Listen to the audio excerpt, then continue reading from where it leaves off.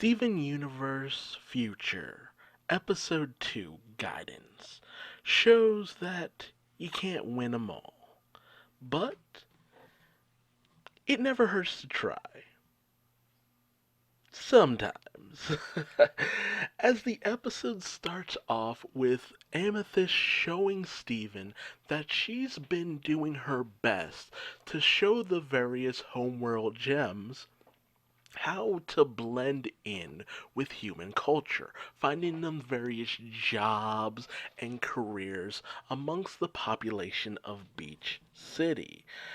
And it's actually very fascinating to see because we see Bixbite working at Fish Stew Pizza, we see the Rubies acting as Nana Paul's bodyguards, we see Biggs working the Ferris wheel and Crazy Lace handing out balloons, and it's just honestly kind of nice to see how gem culture is incorporating into Beach City, as this is the main hub world for the gem race. Before they more than likely start to expand across the globe as a whole. It actually is very fascinating just to kind of see the various jobs they end up taking, as Amethyst has actually talked to a lot of the gems to see what they would actually prefer to do with their time. Even with Snowflake Obsidian and Lil Larimar working snow cones. However, Steven isn't quite sure because he feels that it's too similar to what they were already doing. And his way of doing things has always been to put people out of their comfort zone to find something that they're interested in. So he goes around just switching up everything that Amethyst did, much to her uh, dismay.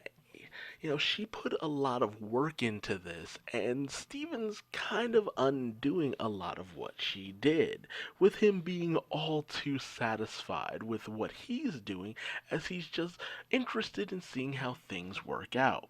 Unfortunately, it does not work out too well, as chaos and havoc and pandemonium sweeps over the Beach City boardwalk, with Amethyst being a little salty about the whole situation, and Steven having no choice but to kind of realize that hey, maybe this wasn't a great idea. I'm not really sure why I chose to do this when you put so much work into this.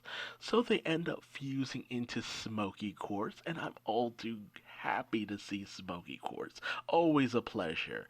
However, this time it's with a bit of a twist, as when Smoky desperately tries her best, well, their best, in order to save as many people from the ongoing havoc that the homeworld gems are causing across the boardwalk. Smokey manages to unlock this interesting power, this power of super speed, so that they can just go around racing across the boardwalk, saving everybody. So it's very interesting, but it came out of a moment of desperation, just like the previous episode. And it starts to kind of build upon this question of, is this power a blessing or is it more of a curse, as it's born from desperation, which isn't really something that we've seen before. Stephen's power always came from joy. That's how he discovered his shield for the first time around and he had his bubble form. It wasn't out of a sense of desperation, it was out of a sense of happiness, joy, fun. There was positive emotions behind how he unlocked a lot of his power. But here, we're seeing it born from negative emotions. And while it always manages to help him.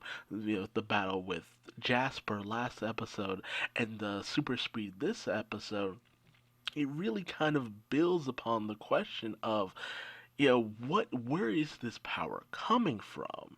And is it a good thing that Steven manages to unlock it in these times of desperation? However, once Amethyst kind of sits down with Steven and talks things over, she thinks that this might be her calling because with her sitting down with gems and helping them to find their purpose, she feels that maybe this is the role that she was always meant to have. Because honestly, that was Amethyst's biggest problem for the most part. She questioned the place that she belonged. While she did manage to find her extended family in the previous series with finding all the Famethysts for the most part, she didn't really have a set goal in life. She was always searching for some kind of meaning. But with this, she thinks she's found her calling. And with Steven, things winding down for Steven, all the effort and work he put in, that happily ever after that he was searching for, might be finally able to come, with her asking what he wants to do now that everyone's starting to find their place on Earth. But Steven doesn't really have an answer for her. With everything that happened, he's not too sure where he goes from here on out. And that's the melancholic mood that keeps permeating through this series. This feeling like something's kind of off with where Steven wants to go. In the movie, he was so excited to get his happily ever after, but he's living in that happily ever after. And we're starting to see the cracks in something like that. What happens once you've kind of found what you've been looking for? What happens when all the effort and work has borne fruit? What happens next? Where do you go from there?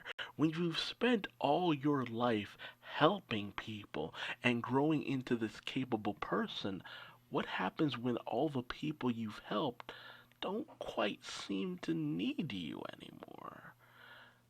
Does it end up being that you're the one who needs help?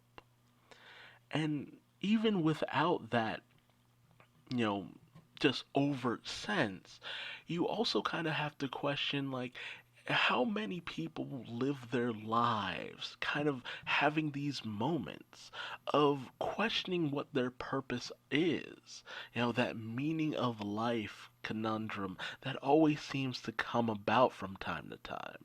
You really do kind of get this sense, through life, no matter who you are, that what's the next step in your life? You might already know what you want to do, but you might not know how to do it. There's always the question of what is next. However, not everything is doom and gloom in this moment, as little Larimar actually did end up finding some greater sense, greater purpose through Steven's assistance, actually finding happiness in bringing joy and laughter to others, finding that more pleasurable over their screams. I should note, little Larimar's a little bit on the weird side, but it's this nice little moment that just goes to show that while Steven might not have been able to help everyone, he was able to help one person, and that always ends up being the thing that counts in the end. If you can help at least one person, it'll always be worth it. But tell me your thoughts in this episode in the comment section below. Did you get what did you take away from this episode? What did you feel? Do you feel that this was just an easily skippable one, or does it add to the greater whole of the narrative? Please tell me your thoughts and feelings in comment section below, and if you like this video, leave a like, or don't. It's all up to you. But until the next episode, I'm Duuz-Diz-Din, and I will see you later. Bye-bye.